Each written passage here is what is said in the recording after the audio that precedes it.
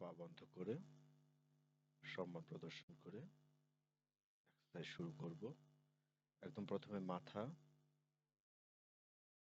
সামনে পিছনে ডানে বামে,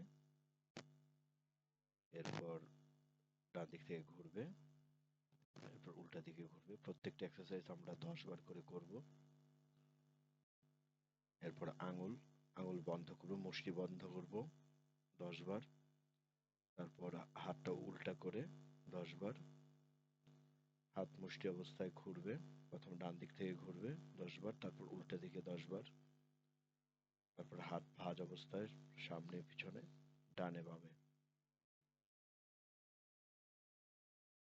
শোল্ডারের এক্সারসাইজ, এরপর swimming, one hand swimming, back side swimming, double hand swimming, back side swimming, হাত দুই দিকে ছড়বে।